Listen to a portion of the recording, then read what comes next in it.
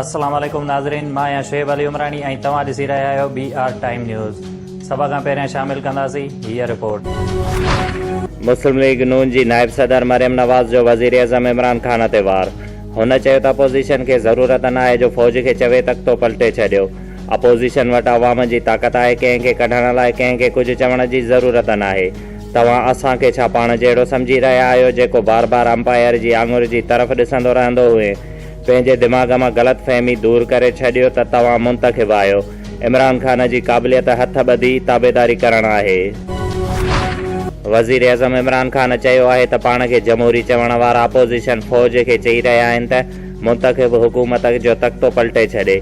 Opposition उहो बि चई रही आहे त जेकॾहिं आर्मी चीफ हुकूमत न केराई त फ़ौज उन जे ख़िलाफ़ बग़ावत करे छॾे। बिलावल भुट्टो ज़रदारी ऐं मरियम नवाज़ ॿई ज़िंदगीअ में हिकु कलाक बि नौकरी नाहे कई ऐं मुल्क हलाइण हलिया आहिनि। ॿई एनआरओ ते जलसा करे रहिया आहिनि। वज़ीर अज़म जेकॾहिं हुकूमत मुख़ालिफ़ इस्तीफ़ाऊं ॾिनियूं त PDM में फॉरवर्ड ब्लॉक बणिजी वेंदो।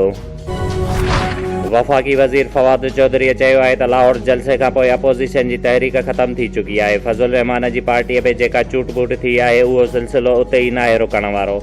उहो नून लीग ताईं वेंदो। उन खां पोइ हुकूमत खे अपोज़िशन जे निकिरण जो रस्तो खपे। असांखे मुज़ाकिरात जो दरवाज़ो खुलियल रखिणो आहे। इमरान खान लाइ मरियम नवाज़ या बिलावल भुट्टो को चैलेंज न आहे। ॿ दफ़ा वज़ीर अज़म रहण वारी मुस्लिम दुनिया जी पहिरीं सरबराह हुकूमत बेनज़ीर भुट्टो जी शहादत खे 13 साल गुज़री विया। गड़ी खुदा बख़्श जे जलसे जूं तयारियूं। जलसे में मुस्लिम लीग नून जे नायब सदर मरियम नवाज़ ऐं JUI सिंध मौलाना अब्दुल गफ़ूर जी क़यादत में शिरकत कंदो। मौलाना फज़लुर रहमान जलसे में शरीक न थींदो। पीपुल्स पार्टी ज़मनी इलेक्शन में हिसो वठंदी। वज़ीर आला सिंध PDM जे सरबराह इजलास खां पहिरियां ई पीपुल्स पार्टीअ जो फ़ैसिलो ॿुधाए छॾियो।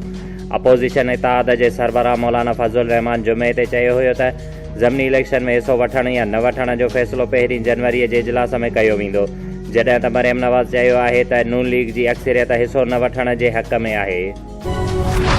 जमियत उलमा इस्लाम शहीद बेनज़ीराबाद ज़िले मजलिस आमला जो 21 जनवरी 2021 इसराइल मुर्दाबाद रैली ऐं कराची इस्लामाबाद लॉन्ग मार्च जे तयारीअ जे सिलसिले में ज़ेर सदारत अमीर मोहतरम कारी अब्दुल क़यूम चन्ना जे थी गुज़रियो। दौरे में मौलाना अब्दुल करीम बिरोई कारी, वज़ीर अहमद ख़ासकैली, मौलाना शफ़ीक अहमद जमाली, मौलाना अहमद हुसैन जमाली, मोहतरम शाहिद हुसैन जोखियो ऐं ॿियनि शिरकत कई। पाकिस्तान पीपुल्स पार्टी ज़िले उमरकोट जो वफ़द शहीदनि जे नगरीअ ॾांहुं रवानो। उमरकोट मां सैयद अमीर अली शाह ऐं ॿिया शामिल।